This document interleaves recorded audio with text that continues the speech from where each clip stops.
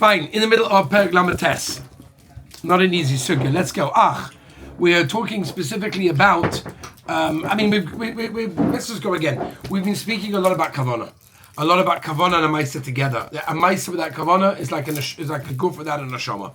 So we've been speaking about two levels as well. We spoke about two levels of kavana: a really high level kavana, which is total awareness, and a lower level of kavana, which is like, it's in there, but it's not awakened fully. So we've spoken a little bit about that. That's really what we've been dealing with specifically. Hainu dafka neshamas mamish.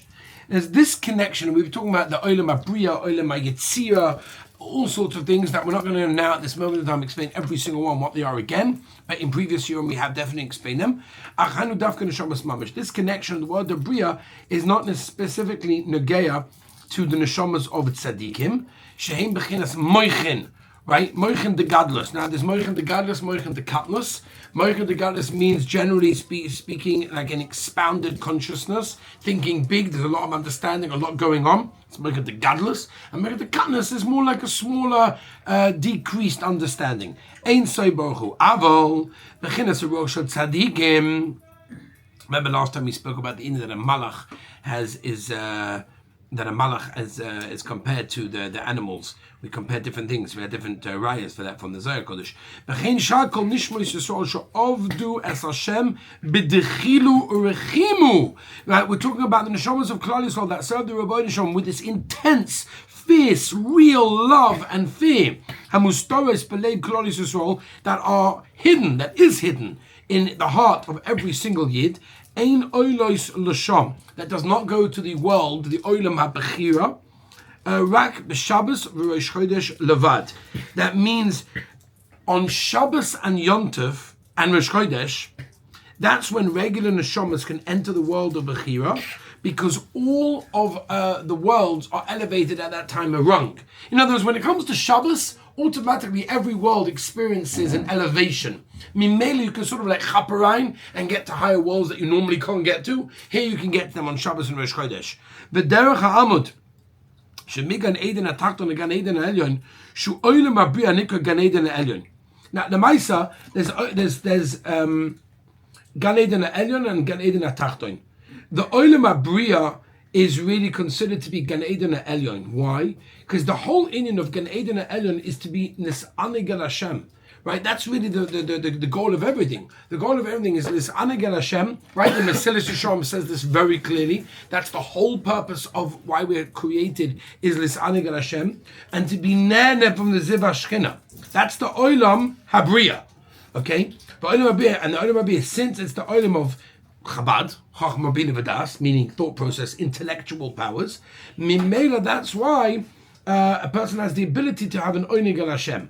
He's able to have hana from that. Lis Aneg al Hashem l'chonus miziv shchina ki ein hana v'sainig v'seichel never ela. In other words, there's no hana or tainig to the seichel that's created ela only. But masha maskil or mevin v'yadeh or masha b'seichel b'nosei masha evshel l'hav v'naskim or ein zeh baruch hu l'dei chacham masha b'nosei is baruch hu yisrom b'olam abiyah. Meaning, the only way that your intellectual powers, your brain, can have hana, can have enjoyment, is according to the amount of effort that you could put in to think, chachma bina v'das, process, the contemplation, the thought of what's going on. So how is it that these neshamas of tzaddikim can get even higher than malachim, even though they are created with natural love, natural fear, right? Because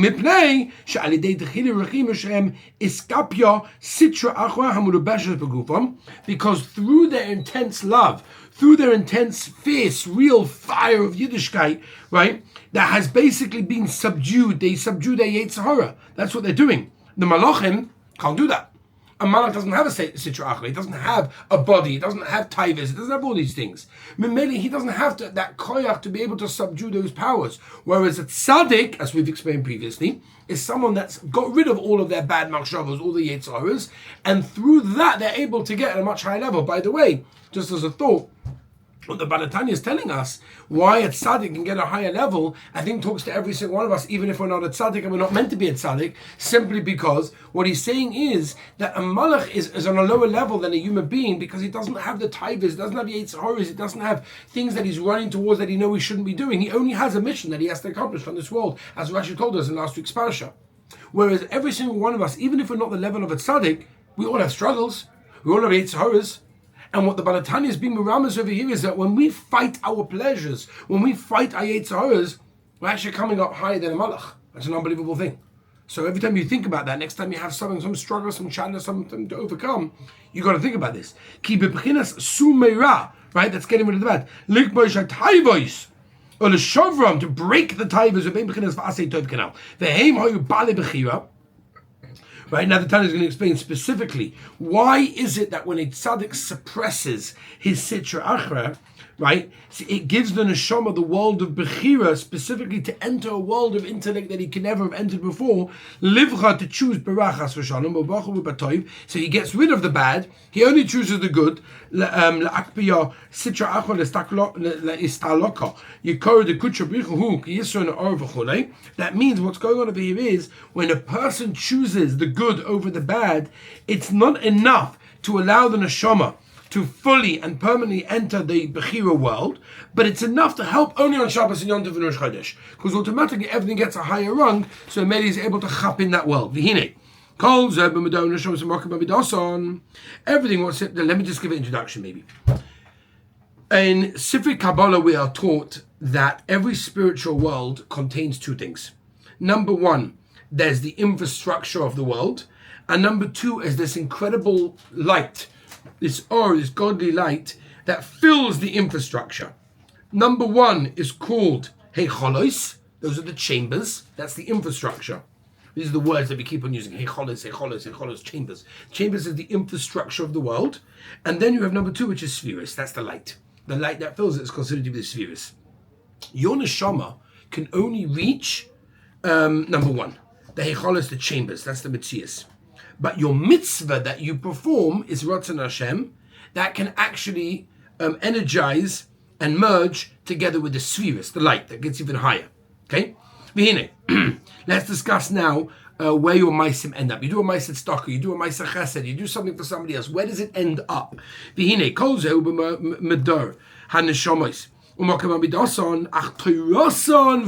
That's all talking about your neshama and where they're standing. Because as we said, you cannot get there further. You're neshama either. But the Torah that you learn, the avodah, the mitzvahs that you perform, they're nichlal in the famous Yud Sfiris, starting from, of course, Chacham bin Adas, and going on to Chesed, Gvur, Tveres, and everything else.